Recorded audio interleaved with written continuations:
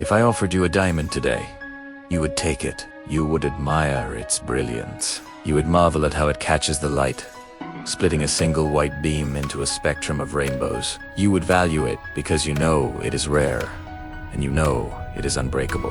But if I offered you the history of that diamond, you would run away. Because the history of a diamond is a history of terror. It is a history of crushing weight, unbearable heat, and absolute darkness. We live in a world that worships the shine, but despises the grind. We want the victory without the war. We want the transformation without the trauma. But the universe does not work that way. The universe operates on a law of exchange, and the price of becoming something unbreakable is the willingness to be broken first. Imagine, for a moment, the consciousness of a piece of coal buried miles beneath the surface of the earth. It is dark, it is crumped, there is no air. Above it, there are miles of rock, dirt, and mountains pushing down with a weight that is impossible to calculate. If that piece of coal could speak, it would scream. It would beg for the pressure to stop. It would pray for the weight to be lifted. It would say, I am being crushed. I am being destroyed, thesis and fire. What did I do to deserve this darkness? It views the pressure as an enemy. It views the heat as a punishment. It spends every moment wishing it was somewhere else, perhaps sitting comfortably on the surface, safe and sound. But the coal does not realize that the mountain is not its enemy. The mountain is its maker. The coal does not know that it possesses the potential to become the hardest substance in nature. But that potential is locked inside a chaotic structure of carbon atoms. The only way to rearrange those atoms from black dust into clear crystal is pressure. Extreme, relentless, suffocating pressure. If the mountain listened to the coal's prayers and lifted the weight, the coal would remain coal forever. It would remain cheap, brittle, and destined to be burned and turned into ash. By ignoring the coal's comfort, the earth creates a masterpiece. You are the coal. The problems you are facing right now, the financial debt that keeps you awake at 3 a.m., the relationship that shattered your heart, the illness that weakened your body, the rejection that bruised your ego, these are not punishments. They are the tectonic plates of life shifting above you. They are pressing down on you. I know it hurts. I know you feel like you're suffocating. You are looking for an escape route. You are asking, why is this happening to me? But you are asking the wrong question. The question is not, why is this happening to me? The question is, what is this trying to make out of me?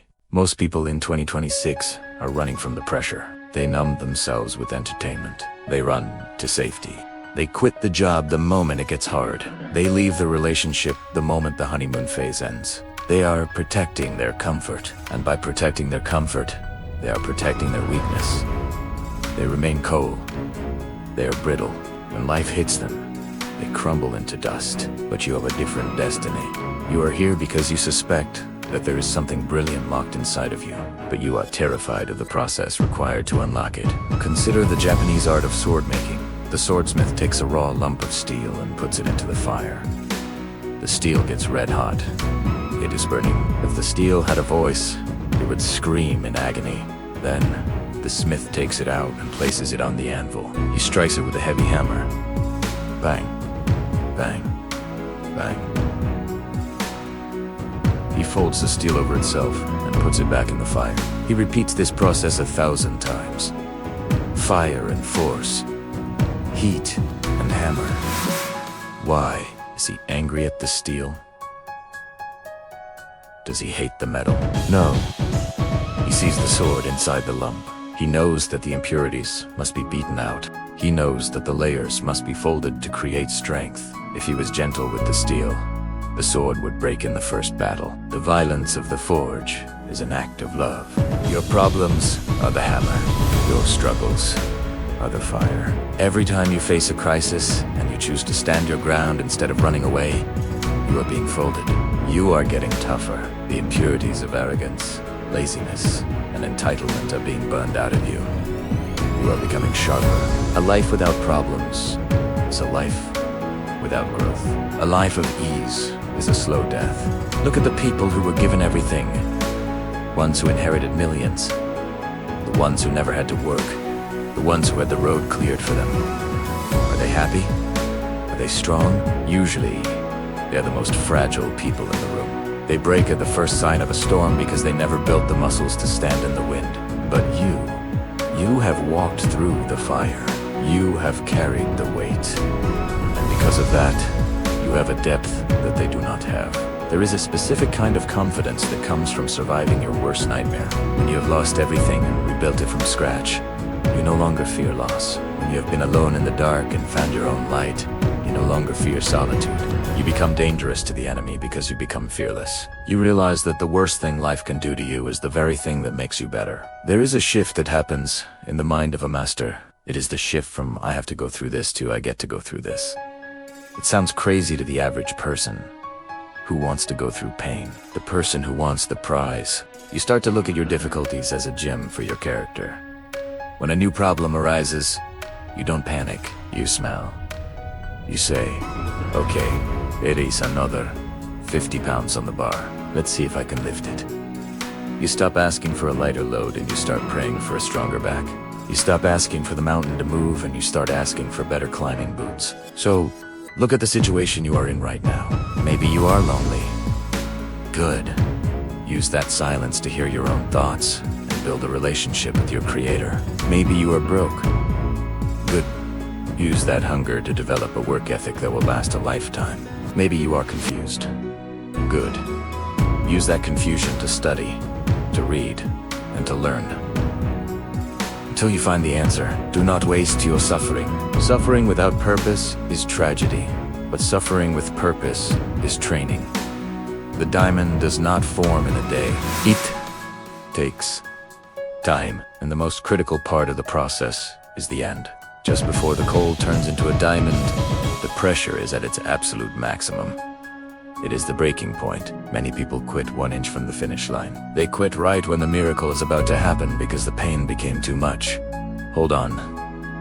If you feel like you are about to break, it means you are about to shift. You are about to change state. You are about to become clear. One day, you will walk into a room and people will notice you. They won't know why, but they will feel a presence. They will see a clarity in your eyes and a calmness in your spirit. They will see the light reflecting off you. They will call you lucky.